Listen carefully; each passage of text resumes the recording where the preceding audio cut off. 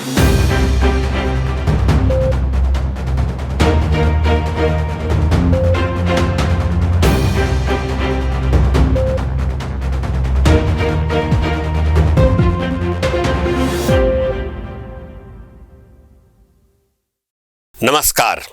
आप देख रहे हैं वीआईपी न्यूज। मैं शकील साजिद। आज की मुख्य खबरें। भूपेश बघेल ने तेंदुपत्ता संग्रहण करने वाली 432 समितियों के 4,72,000 संग्राहकों को शुक्रवार को 34 करोड़ 41 लाख रुपए की प्रोत्साहन पारिश्रमिक राशि दी। यह राशि सीधे उनके बैंक खातों में ट्रांसफर की गई। इस दौरान मुख्यमंत्री ने वन वृत्त स्तर पर रायपुर, बिलासपुर, कांकेर, जगदलपुर और सरगुजा में वन उपजों और उत्पादों के परीक्षण के लिए स्थापित प्रयोगशालाओं का लोकार्पण भी किया। कार्यक्रम में वन मंत्री मोहम्मद अकबर, संसदीय सचिव चंद्रदेव राय, मुख्यमंत्री के सलाहकार विनोद वर्मा सहित अन्य लोग उपस्थित थे। छत्तीसगढ़ राज्य बाल अधिकार संरक्षण आयोग के स्थापना दिवस कार्यक्रम में मुख्यमंत्री भूपेश बघेल शामिल हुए। इसमें बच्चों को नशे की आदत से बचाव, चुनौतियों व समाधान विषय पर कार्यशाला का आयोजन किया गया। सीएम बघेल ने कहा, मोबाइल एक बड़ी बीमारी के रूप में उभर के सामने आई है। बच्चों का ख्याल रखना जरूरी है।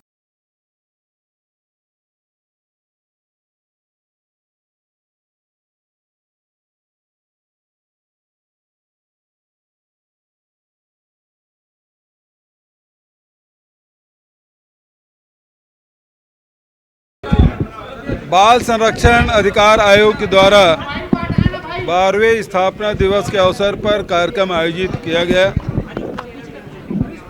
कि एक लड़ाई नशे के खिलाफ और बच्चों को जो आदत किस प्रकार से नशे के आदी होते हैं और उस सब विषयों पे चर्चा की जा रही है, उसे किस प्रकार से बचाना है। और बहुत सारे जो नशे हैं उसके अलावा एक नया नशा आ गया है, वो मोबाइल है। बच्चों के हाथ में मोबाइल पहुंचने के बाद और ये लॉकडाउन हुआ कोरोना के कारण से, ऑनलाइन पढ़ाई हुई तो बच्चों को उपलब्ध कराया गया मोबाइल। अब मोबाइल जब बच्चों के हाथ में आया है तो ऑनलाइन पढ़ाई के साथ साथ बच्चे अब उसमें नेट भी है तो नेट के चलते बहुत सारे और भी उसमें गेम्स होते हैं, पबजी है और दुनिया भर के बहुत सारे ऐसे चीज़ें आ जाती है जिससे बच्चे उसके आदी होते हैं और उसके कारण से उनका बचपना होते जा रहा है। ये चिंता का विषय है और इस विषय में विशेषज्ञ भी आए हैं, वो भी बता रहे हैं। 3 जिले को सूरजपुर, बिलासपुर और 1 जिला और इस 3 को रायपुर, 3 को पायलट प्रोजेक्ट के रूप में इसमें लिया गया है और इस चुनौती का सामना हमको किस प्रकार से करना है। मुख्यमंत्री भूपेश बघेल राजधानी में शुक्रवार को निवेशक न्याय कार्यक्रम में शामिल हुए, जिसमें हजारों निवेशक मेडिकल कॉलेज ऑडिटोरियम में पहुंचे थे, जिन्हें करीब 4 करोड़ 14 लाख रुपये राशि का वितरण निवेशकों को किया गया। पैसे पाकर निवेशकों के चेहरे पर खुशी देखने को मिली। इस मौके पर मुख्यमंत्री भूपेश बघेल ने कहा कि हिंदुस्तान का ये पहला राज्य है जहां लोगों के पैसे वापस किए जा रहे हैं और आने वाले दिनों में भी लोगों के पैसे जल्दी वापस करके उनके खाते में दिए जाएंगे। कार्यक्रम में गृह मंत्री ताम्रध्वज साहू, कैबिनेट मंत्री रविंद्र चौबे सहित कांग्रेसी नेता मौजूद थे। सरकार बनने के बाद 29 तहसीलें गठित की जा चुकी है। इस बार के बजट में 25 नई तहसीलों के गठन के लिए प्रावधान किया गया। इन तहसीलों के गठन की प्रक्रिया चल रही है। 15 अगस्त को हमने 18 और तहसीलों के गठन की भी घोषणा की है। शासन के इस निर्णय से सुविधाओं का विस्तार होगा, लोगों के काम काज में तेजी होंगे, समय की बचत होगी और छत्तीसगढ़ का विकास भी तेजी से होगा। अब हम ऐसी योजना बना रहे हैं जिससे उसका लाभ लोगों के दस्तावेज तक पहुँचे। मुख्यमंत्री हाट बाजार क्लिनिक योजना, मुख्यमंत्री स्लम स्वास्थ्य योजना, दाई दीदी क्लिनिक योजना, किसानों, पशुपालकों, स्व सहायता समूह की महिलाओं के बैंक खाते में सीधा भुगतान, ड्राइविंग लाइसेंस सहित आरटीओ से संबंधित 22 सेवाओं की घर पहुंच व्यवस्था जैसे बहुत निर्णय ने कामकाज का सरलीकरण हुआ है। अब इन सेवाओं के माध्यम से आपकी सरकार आपके द्वार तक पहुंच रही है। नक्शा, खसरा, B1 जैसे अभिलेख अब ऑनलाइन उपलब्ध हैं। शहरी क्षेत्रों में वार्ड कार्यालय योजना के माध्यम से वार्डों की समस्याओं का समाधान। प्रदेश में जांच को लेकर सियासत जारी है। एक तरफ जहां राज्य सरकार केंद्र सरकार पर आरोप लगा रही है कि केंद्र सरकार खाद उपलब्ध नहीं करा रही है, वहीं दूसरी तरफ पूर्व मंत्री बृजमोहन अग्रवाल ने राज्य सरकार पर आरोप लगाते हुए कहा कि राज्य सरकार खाद की कालाबाजारी कर रही है। कंपोस्ट खाद को बेचने के लिए भी किसानों को खाद उपलब्ध नहीं करा रही है। प्रदेश में खाद की कमी को लेकर किसान जूझ रहे हैं। इसी मामले को लेकर हम पूर्व मंत्री बृजमोहन अग्रवाल से चर्चा करेंगे। सर, प्रदेश में किसान जो है खाद की कमी को लेकर जूझ रहे हैं। आपने अभी आरोप लगाया कि राज्य सरकार जो है किसानों को खाद उपलब्ध नहीं करा रही। देखिए, राज्य की सरकार कृत्रिम संकट पैदा कर जो कांग्रेस से जुड़े हुए लोग हैं उनको ब्लैक मार्केटिंग करने के लिए प्रश्रय दे रही है। खाद की कोई कमी नहीं है। जितनी खाद का वितरण हुआ है उससे ज़्यादा खाद राज्य सरकार के स्टॉक में है और हमारे पास में आंकड़े हैं जो राज्य सरकार ने उपलब्ध कराए हैं, केंद्र सरकार ने उपलब्ध करवाए हैं। 4,22,339 लाख टन जो खाद है वो वितरित की गई है और 4,15,386 टन खाद जो है वो इनके पास में स्टॉक में है। तो पूरी सरकार की अव्यवस्था के कारण किसान परेशान है और उसको खाद उपलब्ध नहीं हो रही है। राज्य सरकार के पास खाद उपलब्ध है, इसके बावजूद जो है किसानों को नहीं दे रहे हैं। अभी हाल ही में बारिश आने वाली है, किसानों को खाद की जरूरत पड़ेगी। निश्चित रूप से, क्योंकि राज्य सरकार भगवान मालिक है। ये राज्य सरकार जो है ये अव्यवस्था के आलम में चल रही है। मुख्यमंत्री जी दिल्ली घूम रहे हैं, कृषि मंत्री जी आरोप लगाने से फुर्सत नहीं है, सहकारिता मंत्री जी को तो कोई लेना देना ही नहीं है। तो उसके कारण, अव्यवस्था के कारण खाद होने के बाद भी किसानों को नहीं मिल रही है। रायपुर पहुंचे शंकराचार्य स्वामी निश्चलानंद सरस्वती ने आज प्रेस वार्ता लेकर भारत के हिंदू राष्ट्र बनने को लेकर बड़ा बयान दिया है। उन्होंने कहा कि 3.5 साल में भारत हिंदू राष्ट्र बन जाएगा। मॉरिशस समेत 15 देश इसके इंतजार में हैं। उन्होंने कहा कि यदि भारत हिंदू राष्ट्र घोषित होता है तो 15 देश भी 1 साल के भीतर में हिंदू राष्ट्र घोषित हो जाएंगे। उन्होंने धर्मनिरपेक्ष शब्द को धोखा बताते हुए कहा कि दुनिया में कोई वस्तु धर्मनिरपेक्ष नहीं है।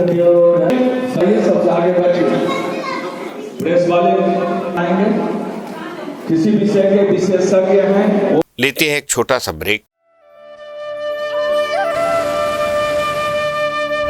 बस्तर यानी घने वन प्रांतर, बस्तर यानी बीहड़, बस्तर यानी वनवासियों का एक विशिष्ट क्षेत्र जिसकी अपनी परंपरा और संस्कृति है।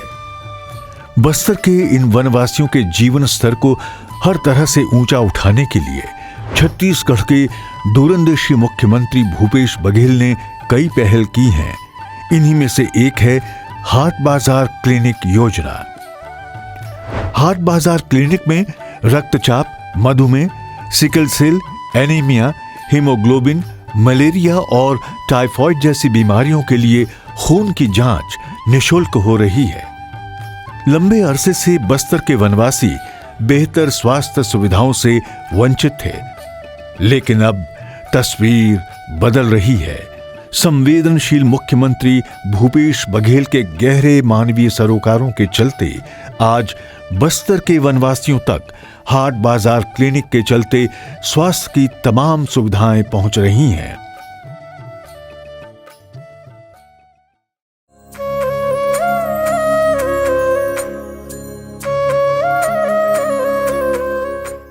राम यहाँ की माटी में, परंपरा परिपाटी में, राम सत्य और साहस में, राम जनमन के मानस में, राम यहाँ की वाणी में, सत्य प्रिय हर प्राणी में। छत्तीसगढ़ की धरा ननिहाल है प्रभु राम का। अपने वनवास की लंबी अवधि उन्होंने यहीं बिताई थी। श्री राम वनगमन परिपथ दुनिया को छत्तीसगढ़ की एक दिव्य भेंट।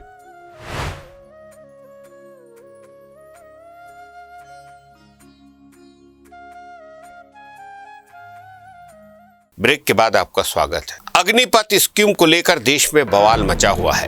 कहीं ट्रेन फूकी जा रही है तो कहीं चक्का जाम, कहीं बलवा, और तो और अब नेताओं और मंत्रियों को भी निशाना बनाया जाने लगा है। हालांकि छत्तीसगढ़ में माहौल फिलहाल शांत है। जिस दिन से केंद्र सरकार ने देश में बेरोजगारी कम करने और सेना को युवा करने के उद्देश्य से अग्निपथ योजना की घोषणा की है, तभी से देश में इसके खिलाफ लहर शुरू हो गई है। बिहार से लेकर हरियाणा तक पूरे देश भर में लगातार विरोध प्रदर्शन चल रहे हैं। हालांकि छत्तीसगढ़ में स्थिति नियंत्रण में है और इसी बीच राज्य के मुखिया भूपेश बघेल ने अग्निपथ में होने वाली भर्तियों को लेकर गंभीर आशंका व्यक्त की है। सीएम का कहना है कि एक तरफ 2 साल से सेना में भर्तियां बंद है, दूसरी तरफ केवल 4 साल के लिए भर्तियां की जा रही है।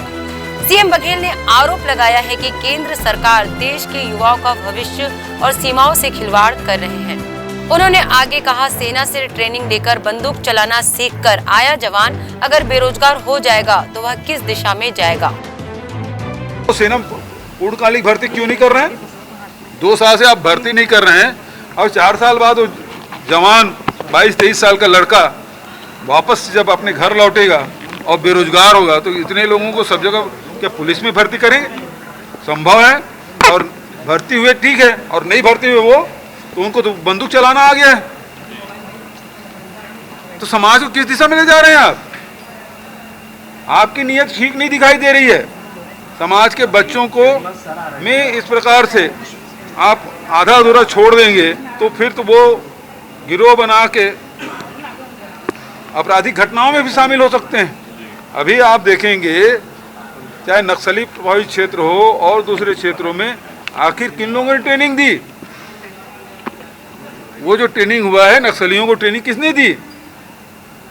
तो यदि ऐसे इस प्रकार के हजारों की संख्या में बिल्कुल नौजवान बच्चे हैं और वो बेरोजगार हो जाएंगे तो उसके सामने क्या है? यदि वो गुमराह हो गए तो उस गांव के, उस शहर के, उस प्रदेश की स्थिति क्या होगी? वहीं भाजपा प्रधानमंत्री मोदी समेत केंद्र सरकार का समर्थन कर रही है। नेता प्रतिपक्ष धर्मलाल कौशिक ने कहा, किसी को भी प्रदर्शन करने की आवश्यकता नहीं है। अग्निपथ योजना को लेकर केंद्र सरकार की नीतियां स्पष्ट है। केंद्र युवाओं के हित जो काम करती है उस पर कहीं संशय नहीं है। किसी को भी प्रदर्शन करने की जरूरत नहीं है। मुझे लगता है कि इसमें प्रदर्शन करने की कोई आवश्यकता नहीं है। केंद्र सरकार की सारी नीतियां स्पष्ट है और स्पष्ट होने के बाद में राज्य में क्या कर रहे हैं उसको देखना चाहिए। केंद्र सरकार मुझे लगता है कि जितना युवाओं के हित में, प्रदेश के हित में, राष्ट्रीय हित में जो योजना बनाते हैं, काम करती है, उसको लेकर के कहीं संशय की स्थिति नहीं है, न प्रदर्शन करने की आवश्यकता है। चाहे किसान आंदोलन हो या फिर अब अग्निपथ पर अग्निकांड, लगातार केंद्र की योजनाओं का इस तरह से विरोध ये मोदी सरकार के लिए कोई खतरे की घंटी तो नहीं। उम्मीद है कि सरकार ने नौजवानों के भविष्य के लिए यदि सही में योजना बनाई है तो उसको इस मामले में जल्द सुलझा लेना चाहिए।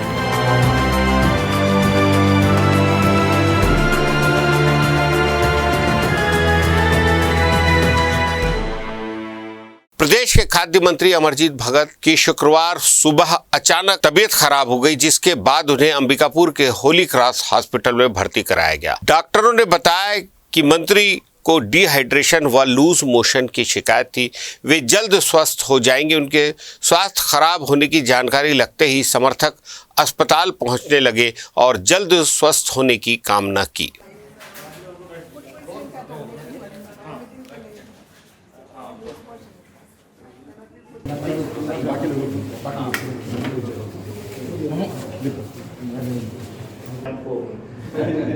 बहुत सही कर रहे हैं।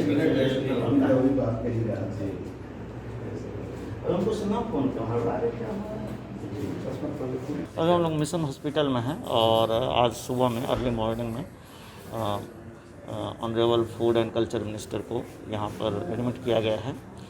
डिहाइड्रेशन और लूज मोशंस की शिकायत थी उनको, तो रात में पूरे अनरेस्ट में थे। अभी ठीक है, स्थिति बिल्कुल सही है। अभी मुलाकात करके मैं निकला हूँ, डॉक्टर से बात हुई है तो बहुत तेज़ी से रिकवर कर रहे हैं और जल्द ही स्वस्थ होकर के वापस यहाँ से निकल जाएंगे। कल मल्टीपर्पज़ स्कूल में नव प्रवेश बच्चों के एडमिशन कार्यक्रम में शामिल हुए थे मंत्री जी, और उसके बाद फिर घर पहुँचे तो थोड़ा सा उनको हरारत और थकान टाइप का लग रहा था। उसके बाद शाम को लूज मोशन और डिहाइड्रेशन की शिकायत उनको हुई और शाम को ही हम लोग डॉक्टर शमसुद्दोहा के पास गए और उन्होंने दवाई वगैरह दिया, लेकिन रात को और थोड़ा सा उनकी तबीयत बिगड़ी और जो डिहाइड्रेशन वगैरह था वो रुक नहीं रहा था, तो 3-4 बजे मिशन अस्पताल में उनको भर्ती कराया गया। अभी क्या स्थिति है? अभी ड्रिप वगैरह चढ़ रहा है, उनकी स्थिति सामान्य है। मोदी सरकार की नीतियों के खिलाफ और ईडी जैसी संस्थानों के दुरुपयोग का आरोप लगाते हुए कांग्रेस ने प्रदेश भर में धरना प्रदर्शन किया। इसमें महासमुंद जिले के सभी 5 ब्लॉक में कांग्रेस ने धरना दिया। महासमुंद के नेहरू चौक में प्रदर्शन करते हुए मोदी सरकार के खिलाफ नारेबाजी कर राष्ट्रपति के नाम जिला प्रशासन को एक ज्ञापन भी सौंपा गया।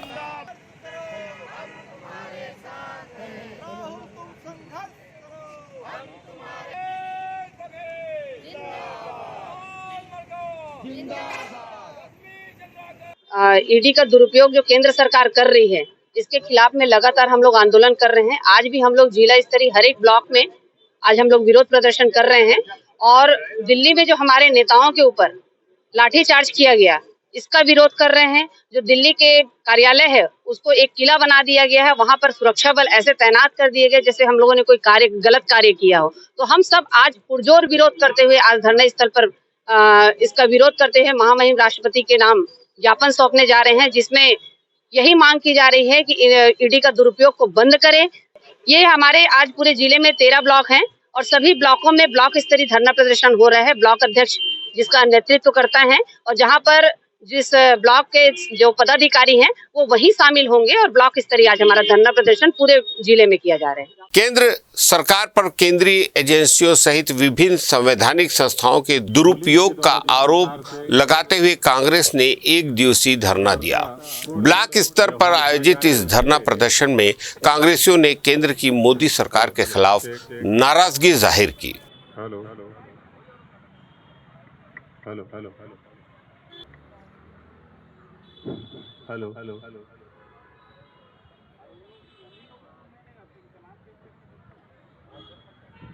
आज पूरे देश में ब्लॉक स्तर पर 1 दिवसीय धरना प्रदर्शन किया जा रहा है, जिसका मुख्य उद्देश्य ये है कि जिस प्रकार से भारतीय जनता पार्टी की सरकार केंद्र में बैठी मोदी सरकार के द्वारा संवैधानिक संस्थाओं के माध्यम से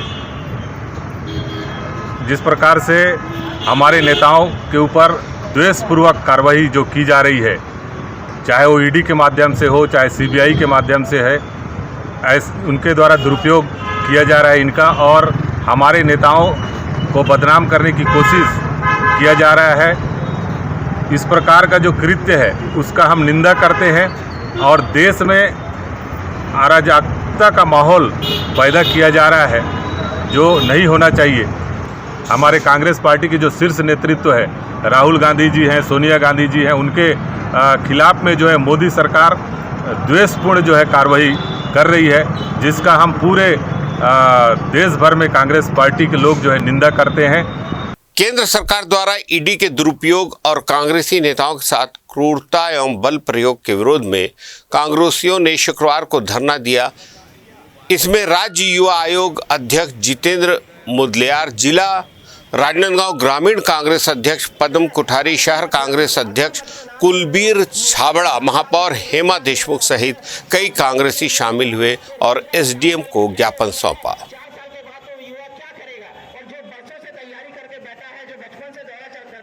देखिए, जिस तरह से देश के प्रधानमंत्री नरेंद्र मोदी के द्वारा षड्यंत्र पूर्वक हमारे नेता राहुल गांधी जी के खिलाफ ये ईडी के जांच का जो नाटक कर रहे हैं उसका हम सब विरोध करते हैं। पूरा देश जानता है राहुल जी पूरे देश की आवाज़ बनकर आज विपक्ष, मजबूत विपक्ष के रूप में नरेंद्र मोदी सरकार के गलत नीतियों का पूरे देश में विरोध कर रहे हैं और अपने खिलाफ जनता में जो राहुल जी की मेहनत है और राहुल जी का जो प्रयास है जनता के बीच जाकर लोगों को बताने का, उससे ये भयभीत हैं। और सरकार की गलत नीतियों के विरोध में जिस तरह से जन समूह राहुल जी के साथ जुड़ रहा है, उससे भयभीत होकर षड्यंत्र पूर्वक राहुल जी के खिलाफ इस तरह की कार्रवाई की हम सब निंदा करते हैं। कांग्रेस कमेटी के सम्मानित अध्यक्ष माननीय श्री मोहन मरकाम जी के निर्देशानुसार हमारे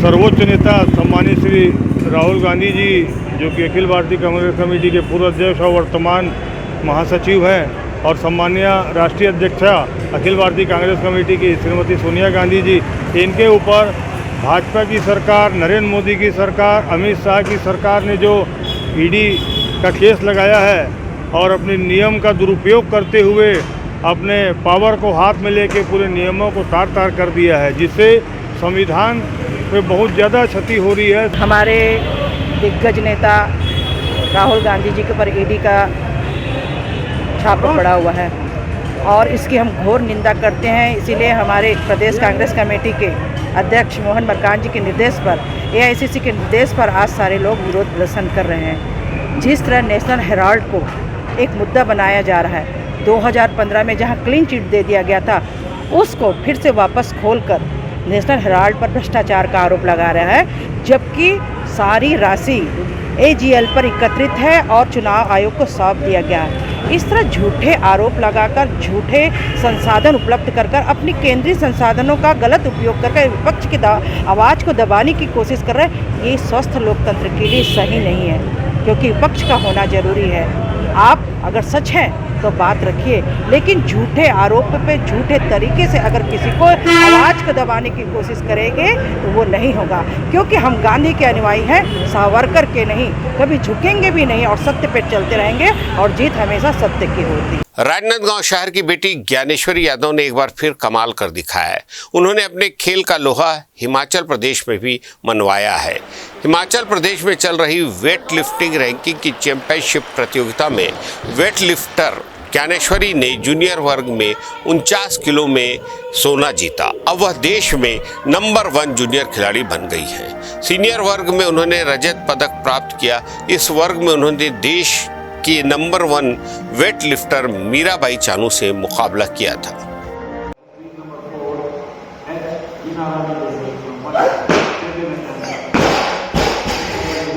इंडिया की नंबर 1 खिलाड़ी तो अभी नहीं बोल पाऊंगा सर मैं।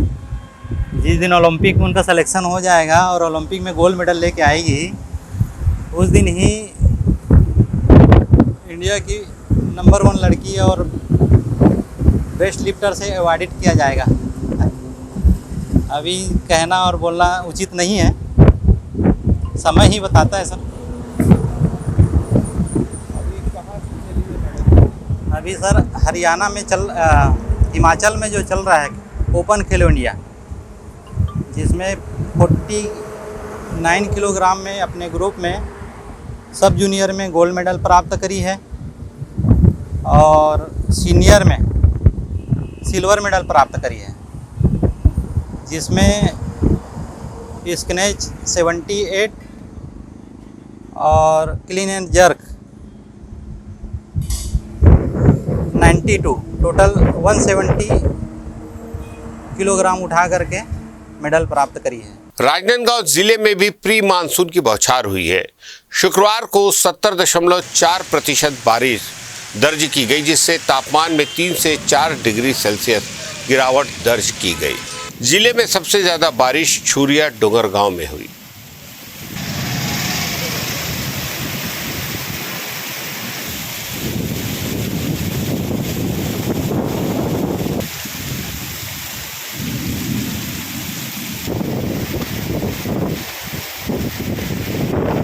लेते हैं एक छोटा सा ब्रेक। मुख्यमंत्री शहरी स्लम स्वास्थ्य योजना। हम जानते हैं स्वस्थ शरीर में ही स्वस्थ आत्मा का वास होता है। हर एक नागरिक को अपने स्वास्थ्य के प्रति सजग रहना चाहिए, क्योंकि एक स्वस्थ व्यक्ति ही स्वस्थ समाज व देश का निर्माण कर सकता है। इसी सपने को सच कर दिखाया है छत्तीसगढ़ की भूपेश सरकार ने। अलग अलग प्रकार की योजनाओं के साथ स्वस्थ और समृद्ध भारत के लिए उन्होंने आरंभ की मुख्यमंत्री शहरी स्लम स्वास्थ्य योजना। इस योजना के माध्यम से लोगों के बीच एक क्रांति आई है। स्वस्थ नागरिक एक सशक्त देश की पूंजी होते हैं। नागरिकों की सेहत के लिए छत्तीसगढ़ सरकार चला रही है मुख्यमंत्री शहरी स्लम स्वास्थ्य योजना, क्योंकि जान है तो जहान है।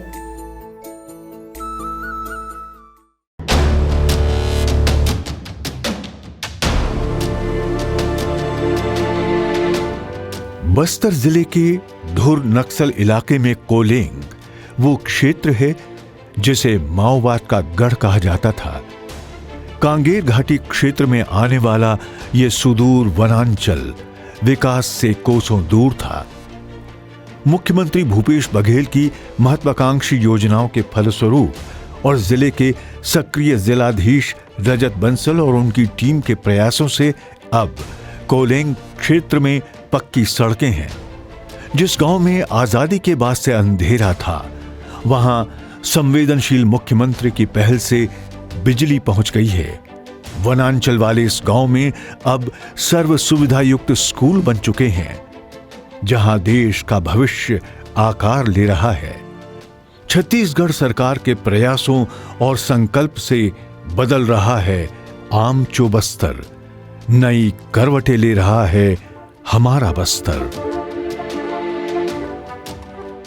ब्रेक के बाद आपका फिर से स्वागत है। जल के बिना जीवन की कल्पना भी नहीं की जा सकती है। वर्तमान में देश विदेश के अनेक शहर पानी की कमी से जूझ रहे हैं। विशेषज्ञों की माने तो जिस गति से पानी का दुरुपयोग किया जा रहा है, इसके चलते जल्द ही पानी की बड़ी समस्या खड़ी हो सकती है। भविष्य में होने वाली इस समस्या को भांपते हुए रायपुर स्थित जायका ऑटोमोबाइल प्राइवेट लिमिटेड की संस्था शिवनाथ हुंडई द्वारा 3 जून से जल बचा के चल अभियान चलाया जा रहा है। इस अभियान के तहत देश भर में मौजूद हुंडई के सभी शोरूम में ड्राई वॉश को बढ़ावा दिया जा रहा है। देखिए खास रिपोर्ट। रायपुर स्थित शिवनाथ हुंडई मोटर्स ने भी जल बचा के जल अभियान के तहत अब तक 250 गाड़ियों का ड्राई वॉश किया है और इसके जरिए लगभग 30,000 लीटर पानी की बचत की है। ड्राई वॉश अर्थात पानी के उपयोग किए बिना ही सभी गाड़ियों की धुलाई की जा रही है। इसके लिए 5 स्टेप अपनाए जाते हैं। गाड़ी में जमी हुई धूल को साफ करने से इस प्रक्रिया की शुरुआत होती है। इसके बाद अंत में विभिन्न केमिकलों का उपयोग कर गाड़ियों को चमकाया जाता है। मौजूदा वीडियो में आप देख सकते हैं कि किस तरह पानी का उपयोग किए बिना ही गाड़ियों को चमकाया जा रहा है। देश भर की बात करें तो हुंडई के इस मुहिम में अब तक करोड़ों लीटर पानी सेव किए गए हैं। हुंडई मोटर्स द्वारा चलाए जा रहे जल बचा के जल अभियान की जानकारी देते हुए शिवनाथ हुंडई रायपुर के सर्विस हेड मलखान सिंह ठाकुर ने बताया कि आम तौर पर एक गाड़ी को साफ करने में लगभग 120 लीटर पानी का उपयोग किया जाता है और हुंडई की इस मुहिम के दौरान रायपुर में ही अब तक करीब 250 गाड़ियों को ड्राई वॉश किया गया है। उन्होंने बताया कि जल संरक्षण को लेकर हुंडई मोटर्स द्वारा हर साल इस तरह की मुहिम चलाई जाती है, लेकिन इस बार बड़े स्तर पर इस अभियान का संचालन किया गया है। शिवनाथ हुंडई मोटर्स शोरूम में पहुंचे ग्राहकों को भी ड्राई वॉश की सुविधा की जानकारी दी और बताया कि इसे अपनाने से जल संरक्षण के अलावा और क्या क्या लाभ मिल सकते हैं। बहुत अच्छा इनिशिएटिव है हुंडई के द्वारा। ड्राई वॉश से पानी की बचत होगी। देश में वैसे पानी की कमी हो रही है बहुत ज़्यादा, तो अगर इस प्रकार से पानी बचाया जाएगा, एक गाड़ी में वॉश करने में 100 लीटर 120 लीटर 150 लीटर तक पानी वेस्ट होता है, तो उस पानी को बचाकर कहीं सही जगह पे इस्तेमाल होगा उसका। बहुत अच्छा चीज़ है और प्राय सभी को यूज़ करना चाहिए मेरे ख्याल से, क्योंकि जल है तो कल है। जिस हिसाब से पानी की कमी होती जा रही है उसी हिसाब से ड्राई वॉश ज़्यादा बेटर है। पूरी प्रक्रिया को समझने के बाद वॉश कराने पहुंचे ग्राहकों ने भी हुंडई मोटर्स के इस मुहिम की तारीफ की और पानी के महत्व समझाते हुए लोगों से भी जल संरक्षण करने की अपील की है। 3 जून से लेके 17 जून तक पैन इंडिया पे हुंडई का सेव वाटर का कैंपेन चल रहा है और इसमें हम जल बचा के चल का कैंपेन चला रहे हैं, जिसमें मैक्सिमम जो गाड़ियां हैं उसको ड्राई वॉश का एक कॉन्सेप्ट है जिसके थ्रू वॉश किया जा रहा है। इन बिटवीन हमने कम से कम 250 गाड़ियों को ड्राइवर से वाटर वॉश किया, वॉशिंग किया है इसको। सो इसमें पर व्हीकल एक गाड़ी के पीछे हम 120 लीटर पानी बचा रहे हैं इसमें। तो ऑलमोस्ट हमने इस बीच में लगभग 30 से 40 हज़ार लीटर पानी बचाया है। आने वाले सालों में हम इसको और अवेयर करने के, लोगों को जागरूक करने के लिए करते रहेंगे हम।